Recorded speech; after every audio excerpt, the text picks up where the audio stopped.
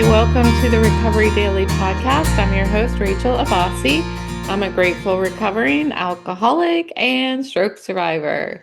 And today I want to talk about trusting your path, highlighting a little bit about spiritual surrender, a little bit about outside drugs and medication, and a little bit about trusting yourself and how to get that honesty and humility and clarity and all of that good stuff to keep walking the walk, So this morning's meetings, the first one was talking about outside drugs, and being careful with any other mind-altering substances. And I have a great story that is affiliated with that. My second meeting was talking about step two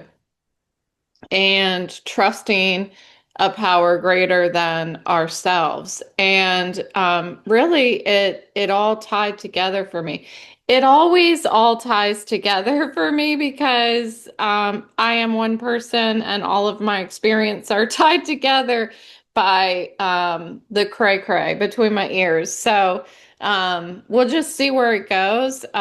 First off, I wanted to share my story that I have regarding outside medications and what my experience was with navigating my first experience where I was offered something that I had a reaction like, oh, I can't wait till they give it to me. So I was at the periodontist. I had really, really poor self-care towards the end of my drinking with regards to taking care of my teeth, taking showers, all of that stuff. It's a little humiliating to say, but I have heard so often other people toward the end of their sobriety experience similar lack of self-care. So I don't feel so embarrassed to talk about it anymore. I've heard experiences that are much worse than mine with self-care, but one of mine was not brushing my teeth, to put it simply. So when I got sober and I started going back to the dentist, I found out that I needed to go get a deep cleaning. And for those of you who have gotten a deep cleaning before, I mean, I have rarely heard that it is not an unpleasant experience, but when in preparation of going, I just assumed they were going to numb my mouth and do like I don't know, I think it's like a really strong water kind of stream where they get under your gums and clean. And my dentist that I had been going to was doing something similar. It was water cleaning, and I hated it and it hurt, but it wasn't nearly the powerful capability of the periodontist. So I just assumed they were going to numb my mouth. And when I got in there and I was sitting in the chair, the dentist or the dental, oh, I guess it was the dental hygienist. Yeah. So she said that she was going to give me laughing gas. And immediately, I was excited. I was like, it's the loophole. I've been looking for a loophole and I have found it. And immediately after that, I thought I need to call my sponsor. So I got a little uncomfortable. I got a little like, what do I do? I'm sitting in this chair. I need to talk to my sponsor. So I just spoke up. I mean, I'm kind of surprised that I did this for myself, but I said, I need to call my sponsor. I said, I'm in recovery and I need to call my sponsor and I'm not sure if I'm comfortable getting laughing gas. Is there an alternative? And she said, yeah, we can give you Novocaine. So I thought, okay, like, everything in me was telling me, get the laughing gas. This is what you've been waiting for. But that small voice inside of me that tells me to do the right thing was telling me to call my sponsor. Was telling me it's a big red flag that you want this so bad. Like I was so excited. So I did. So she left the room. She didn't have to, but she left the room and I called my sponsor and I said, I'm at the periodontist. I'm sitting in the chair and they are talking about giving me laughing gas. And I fear that my reason for getting laughing gas is not the reason is not for pain relief, pain blocking. I want the laughing gas because it's going to feel good. So my sponsor said, you're the only one who knows what the right answer is for you. So I told her, I already know what the right answer is, or else I wouldn't have called you. So when I got off the phone, I said I'd really like to get the Novocaine instead of the laughing gas. I cannot believe I made that decision. Honestly, it's one of the most powerful, like, I don't know, like messages that I thought of or received in sobriety. It's like that was the loudest red flag I've ever had. Not ever had. I'll share another story that you've already heard, but that was a red flag. So I ended up getting the Novocaine. There was one point in the cleaning that she hit a point in my mouth that was not numb, and it was excruciating. I would say it is almost the most excruciating pain I have felt at the dentist, but I got that beat when I went and got my crown and they were putting the permanent crown on. And for those of you who have gotten a crown before, they take the temporary one off and it's so quick for them to put the permanent one on that they don't typically numb you. So they didn't even give me the option to be numbed. And then when they took the temporary crown off, they blew air on my open root. Oh, it was terrible. I was so pissed that that dentist didn't either give me the option of getting Novocaine for that experience. I don't care how quick it was. It was terrible. It was so painful. Um, or like even if they didn't give me the option, they didn't tell me how painful it was going to be. They just said, yeah, it's just going to hurt for a second. And I was like, that is not hurt. That is excruciating pain. Um, so anyway, that happened when I was at the periodontist. I felt a little bit of pain, but I still feel like I would do it again, for the sake of, what I was afraid of was that I would get the laughing gas and the experience would be so good for me that I would be ready to want to feel that again. And I just cherished my sobriety so much that I didn't want to introduce something like that into my sobriety. And speaking of, and I wasn't planning on sharing about this, but it's another experience that I had that I was a little fearful of.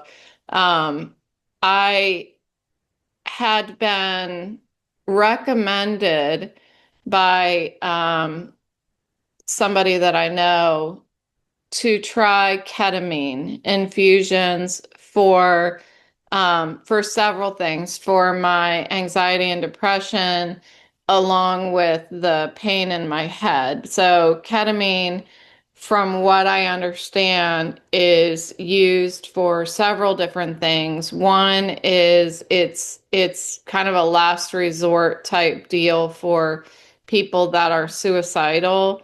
And I understand that it has worked very well for one of my loved ones. And so it was recommended to me. I'm not suicidal. I've never been suicidal.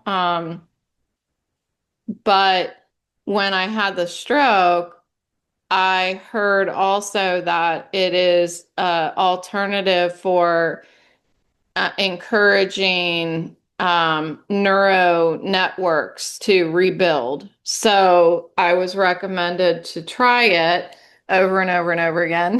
So I ended up calling and talking to the office about, so this is my disorder, this is my vision vestibular disability, and talk to them about taking ketamine. And the person said that he was not familiar with ketamine being used for such a disability. And I said, well, one of the things that I'm most leery about is that I know that the experience of taking ketamine, you feel good for, or I don't know. I've had it told in several different ways, but it's like an out of body experience, or it feels good, or it's just like, you know, absolutely relaxing. I didn't want to feel that way because, again, I fear that if I'm introduced to that feeling, I'm going to chase it. And I've talked so much about how I chase serenity now in the way that I used to chase a drink. And I'm just so fearful of that changing. So today, we were talking about all kinds of different medications for just the common cold, having alcohol in them, all the way to, like, some people are leery about getting Novocaine. I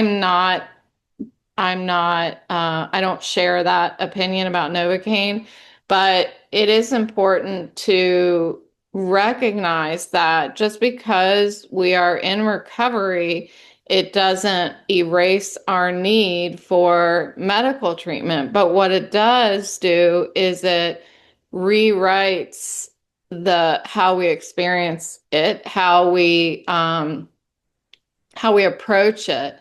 So some things like stuff that I'm prescribed, when I was in the hospital after my stroke, they couldn't give me anything that was getting rid of my headache. So finally, um, when they let me go from the hospital, they prescribed me um, Percocets. And sorry, I'm having a hard time with words because I'm very, very triggered.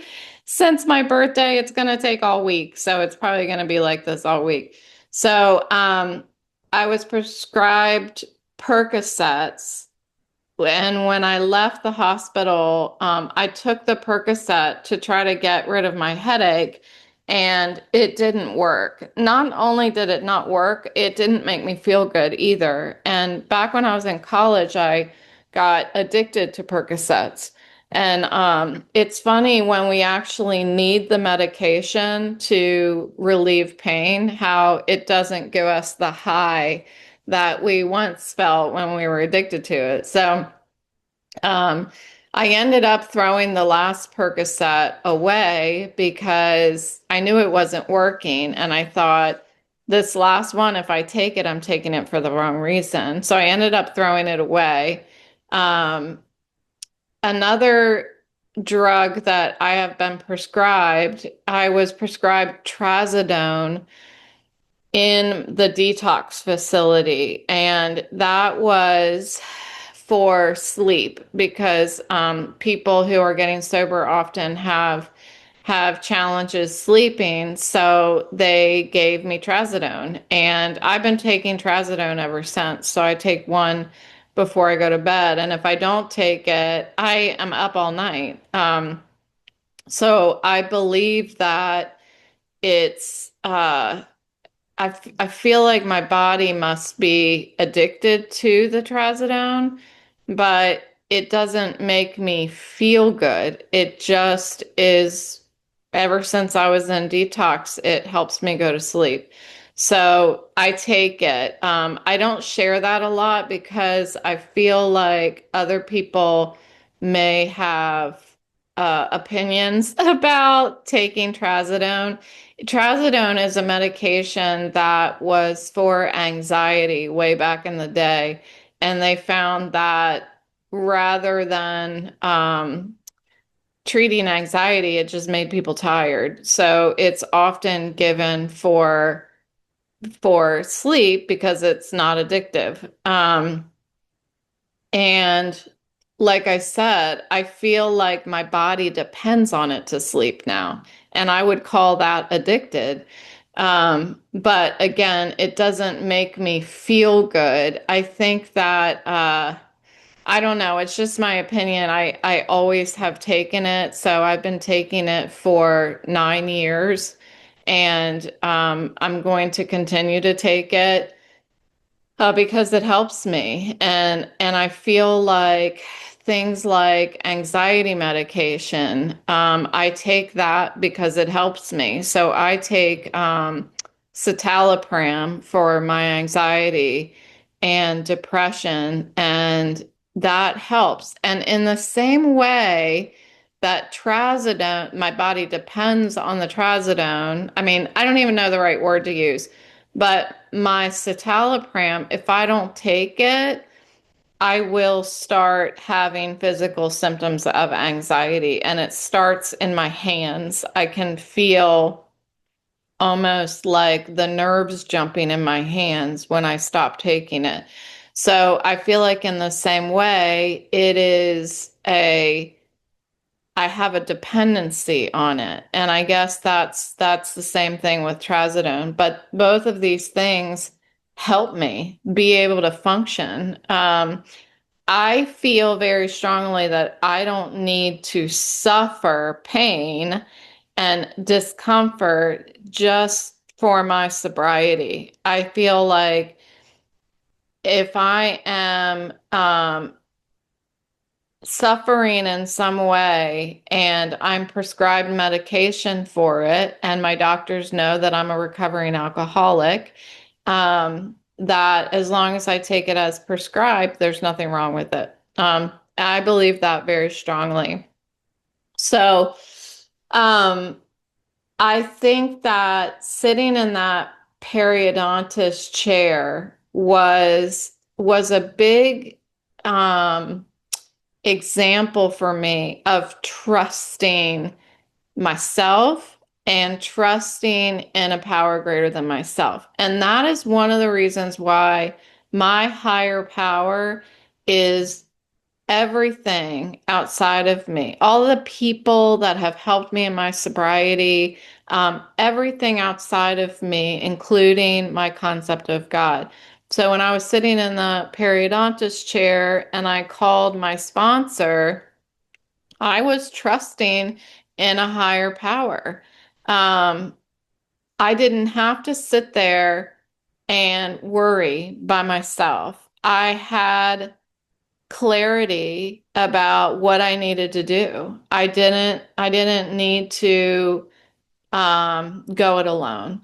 And even though my sponsor just tossed the ball back to my side of the court and said, I think, only you know what's right for you, it still was encouraging to talk to her and know that I did the right thing.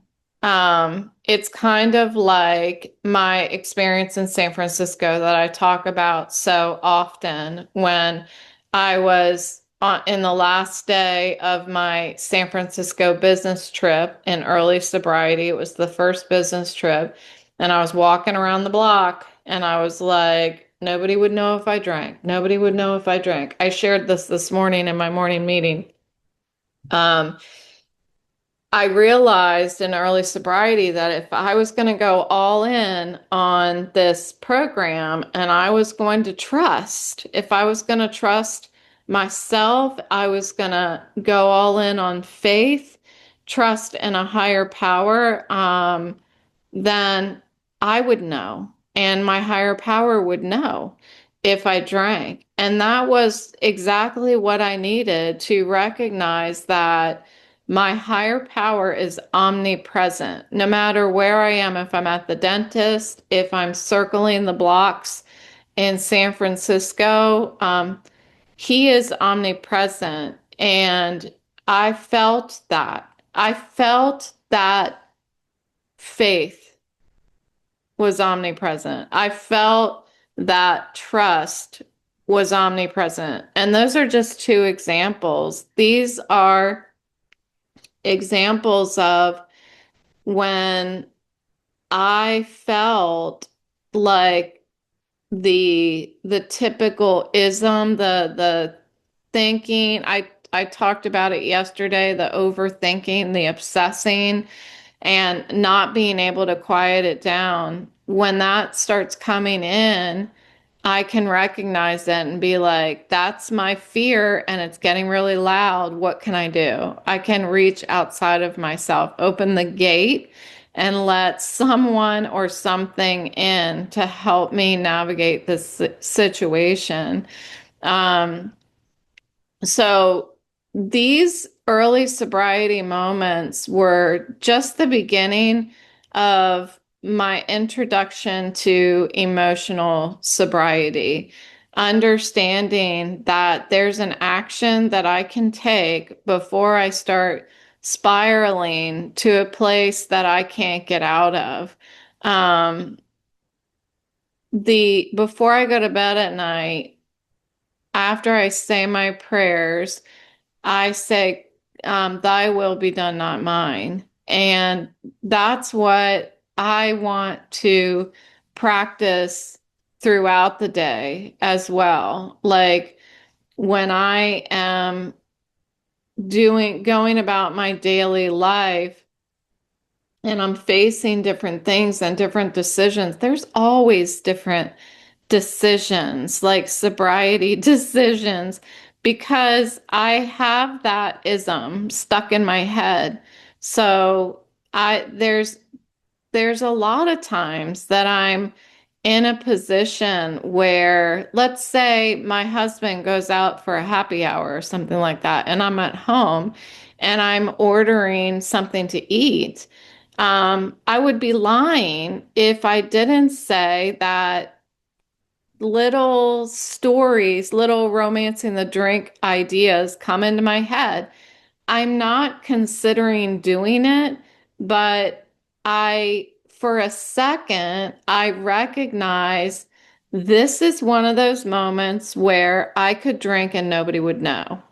And I'm immediately pushed right back into San Francisco and trusting myself under God's care. Like, I don't have to do it. I experienced it once where my big experience where I was like, I can drink and nobody would know.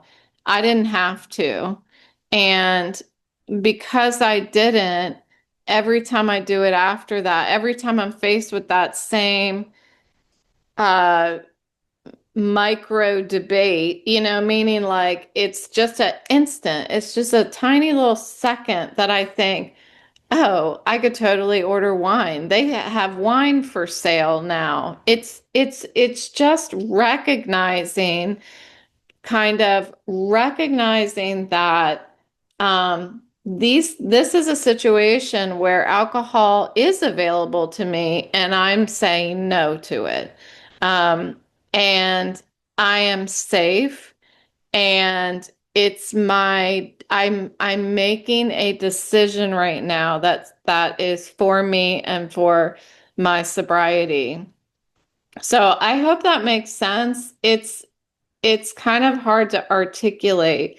Like when I recognize that I'm in a situation that if I was in early sobriety, it would be a more difficult decision.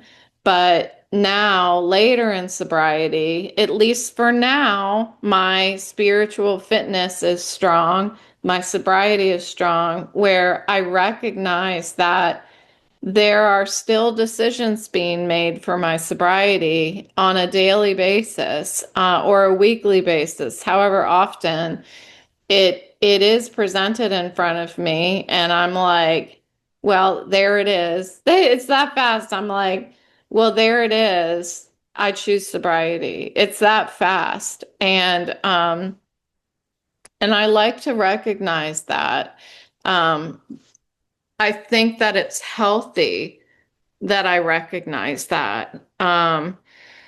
So all of these micro decisions in later sobriety, I mean, I'm still early, generally speaking, but it all started with those early decisions. Knowing that I was powerlessness, bleh, knowing that I was powerless, allowing faith to be my strength, and allowing faith to keep me moving so I don't stall.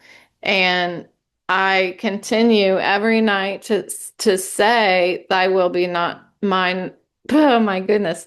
Thy will be done, not mine. Um, because I want it to continue to be like a habit of reminding myself that I am not